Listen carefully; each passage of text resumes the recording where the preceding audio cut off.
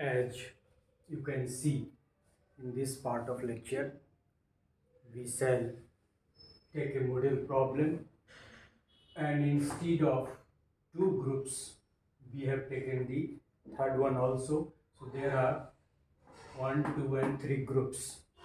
The data is same for group A and group B, but for group C, as it is a new group, it has been taken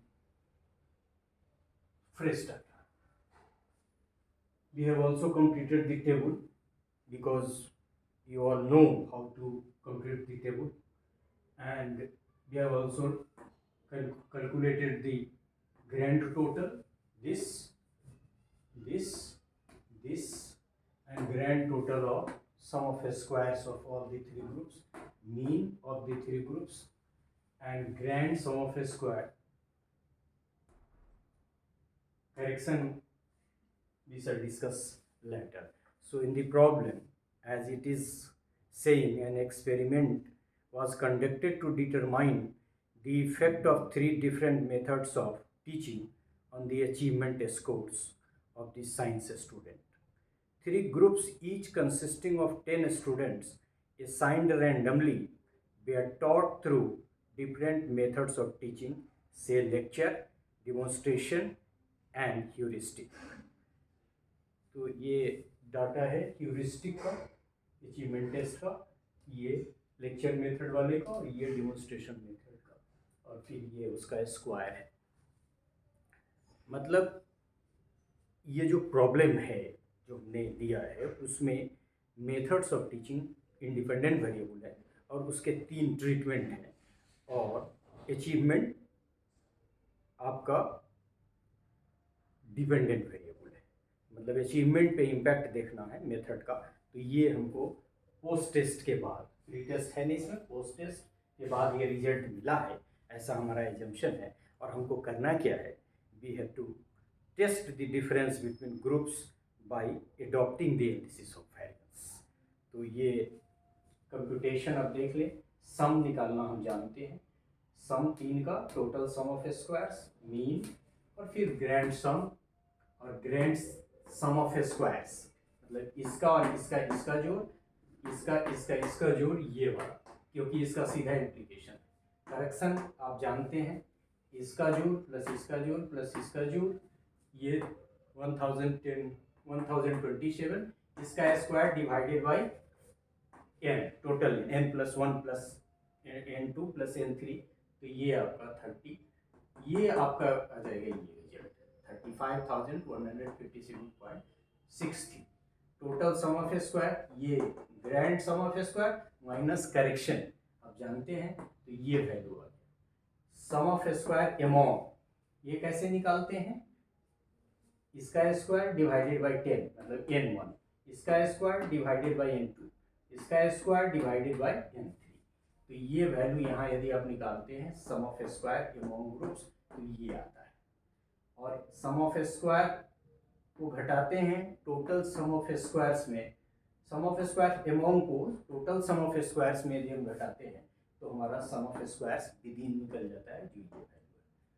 तो ये total value यहाँ तक जब निकल जाता है, तो जैसा कि आप जानते हैं कि ये ग्रुप की संख्या 3 है, तो डिग्री ऑफ फ्रीडम जो बड़े वाले मीन का होगा, वो मतलब जो एमॉन्ग वाले का होगा, वो कितना होगा 2. अब 2 से, और इसका कितना होगा विदिन सम ऑफ स्क्वायर्स का, इसका 27. अब ये दोनों ग्रुप में आप माइनस, दोनों ग्रुप का डिग्री ऑफ फ्रीडम से डिवाइड करेंगे. जैसे total sum of square among, और इसका value divided by degree of freedom, तो मीन सम ऑफ स्क्वायर निकल जाएगा विच इज दिस.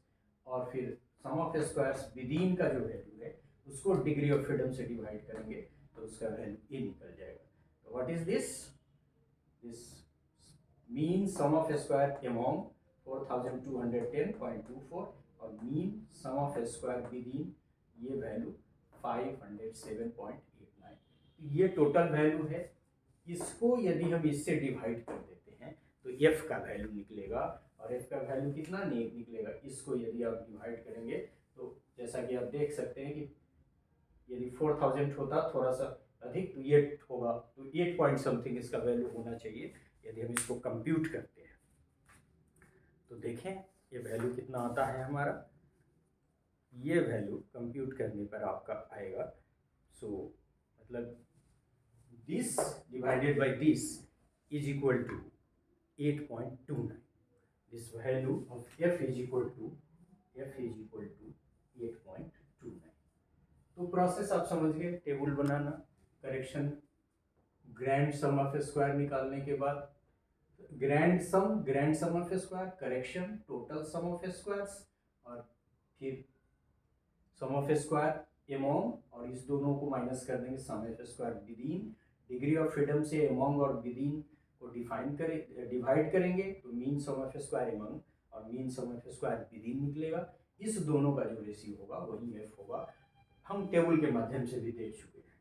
सो यहाँ हमारा पर्पस कैलकुलेशन तो है ही, लेकिन मेजर पर्पस ये है कि इसका इंटरप्रिटेशन हम लोग करें। एक तो आप लोग टेबल बनाएंगे, लेकिन इंटरप्रिटेशन क्या होगा इसका? इंटरप्रिटेशन ये होगा कि 3 ग्रुप है और एफ का वैल्यू हमारा आ रहा है, वो सिग्निफिकेंट है। कैसे? तो ये हमारे पास टेबल है, जैसा कि आप ये देख सकते हैं कि k-1 3 ग्रुप में से एक, तो डिग्री ऑफ फ्रीडम 2, ये बड़े वाला मीन का डिग्री ऑफ फ्रीडम 2 है और दूसरे वाले का 27 है। तो ये 27 के सामने यदि आप देखेंगे तो यहाँ वैल्यू है 3.35 और 5.49।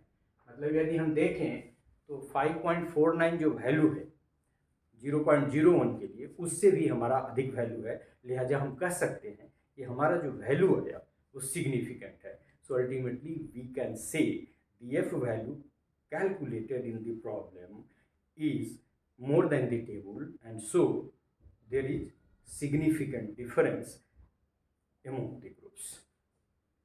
So as our computation value is 8.29, तो जो हमारे टेबल वैल्यू से अधिक है, टेबल वैल्यू से अधिक है इसका मतलब सिग्निफिकेंट है।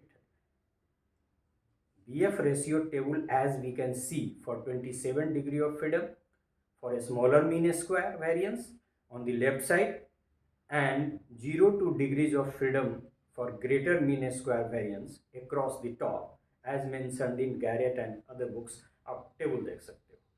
The value obtained can be identified for these 2 degrees of freedom as 0.05 level के हमने देखा भी 3.35 और 0.01 लेवल के लिए 5.49।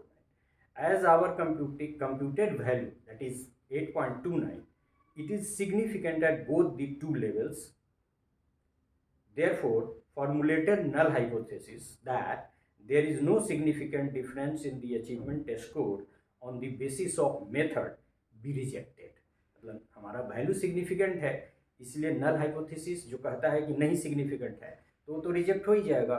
सो it is not accepted, and so we can conclude that methods of teaching is influencing the achievement of the science students. अब ये चूँकि वैल्यू सिग्निफिकेंट आ गया और एफ के बारे में हम जानते हैं कि वैल्यू जब भी सिग्निफिकेंट आएगा और 2 से अधिक ग्रुप होंगे, यदि ये भी ही होता तो ज़रूरत नहीं थी, लेकिन जब 3 ग्रुप है तो इसका इससे कंपैरिजन, इसका इससे कंपैरिजन और इसका इससे कंपैरिजन, तो 3 टी टेस्ट हमको पोस्ट हॉक कंपैरिजन को ध्यान में रखते हुए करना पड़ेगा, ये पता करने के लिए कि डिफरेंस तो है लेकिन किस 2 ग्रुप में है या सारे के सारे ग्रुप में है, तीनों ग्रुप में है। तो इसके लिए हम लोग achievement of the score as the value is significant there is need to compute t value by taking into account post hoc comparison. So in this way we can conclude that when in the present problem, as the value of f is significant and we are having 3 groups, so in order to test the 3 groups we have to compute t value, and by computing t value we said find the difference between group A and C, A and B, and then B and C। मतलब ये आप यदि ये कहें तो heuristic का lecture के साथ, ह्यूरिस्टिक का डेमोन्स्ट्रेशन के साथ और लेक्चर का डेमोन्स्ट्रेशन के साथ कि दो तीनों में से कौन बेहतर विधि है ये तो पता चलेगा, लेकिन सिग्निफिकेंट डिफरेंस दिखा दिया। अब इस दोनों में है, इस दोनों में है, या इस दोनों में है, या सब में है, ये पता करने के लिए हमको टी टेस्ट लगाना पड़ेगा। सो in this part of the lecture we have come to know that hypothesis can be tested। और ये एक चीज़ ये भी हम शुरू से बात करते आ रहे हैं कि जब भी एक इंडिपेंडेंट वेरिएबल होगा तो जितनी भी संख्या हो, ग्रुप की जितनी भी संख्या हो, वो वन वे एनालिसिस वेरिएंस से ही होगा। और जब one way analysis of variance का मान दो से अधिक ग्रुप होने पर सिग्निफिकेंट आएगा तो फर्दर हमको पोस्ट हॉक कंपैरिजन को ध्यान में रखते हुए टी टेस्ट का मान निकालना चाहिए, जिससे पता चलेगा कि किस दो ग्रुप में सिग्निफिकेंट डिफरेंस है और कौन सुपीरियर है। और इसमें एक चीज़ या और ध्यान रखना है कि टी में ही नहीं, पिछले वाले एफ में भी हम लोगों ने कहा था कि चाहे वो टी हो या एफ हो, सिग्निफिकेंट डिफरेंस यदि आता है तो कौन ग्रुप सुपीरियर है इसका निर्णय मीन वैल्यू पे होगा। मतलब जिसका मीन वैल्यू हायर होगा वो ग्रुप सिग्निफिकेंटली सुपीरियर होगा। तो अब तक के इस 12 पार्ट के लेक्चर में जो अभी इस पार्ट को भी हमने कंक्लूड किया, अल्टीमेटली इस पार्ट को कंक्लूड किया और आज के एनालिसिस ऑफ वेरिएंस के वन वे लेक्चर को टोटल कंक्लूड किया। तो हमने जाना कि वेरिएंस क्या है, एनालिसिस ऑफ वेरिएंस क्या है, उसका इंपॉर्टेंस क्या है, टी और एफ में क्या रिलेशन है, उसके निकालने के प्रोसेस क्या हैं, टेबल कैसे क्यों बनाना चाहिए, समरी टेबल हमको क्यों बनाना चाहिए, और फिर कौन कौन से इम्पोर्टेंट कंसेप्ट हमको कंप्यूट करना है एफ में, और फिर मीन सम ऑफ स्क्वायर कैसे निकलता है, डिग्री ऑफ फ्रीडम क्या होता है, इसका डिग्री ऑफ फ्रीडम कैसे होगा, फिर टेबल में हम डिग्री ऑफ फ्रीडम कैसे देखना चाहिए, हमको कैसे देखते हैं, और सबसे अंत में इस सारे स्टेप्स जो हमने बताया कि हाइपोथेसिस फॉर्मुलेशन से लेकर हाइपोथेसिस टेस्टिंग तक सारे स्टेप्स आपस में जुड़े हुए हैं। तो एफ एक बहुत अच्छा स्टैटिस्टिक्स है, उसका हम लोग इस्तेमाल कर सकते हैं, करना भी चाहिए।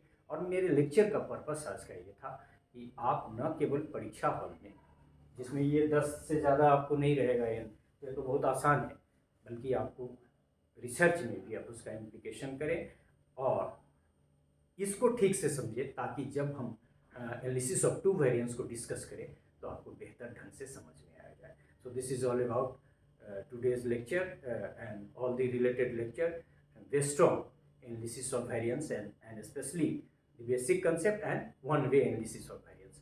So thank you for today's lecture. Thank you.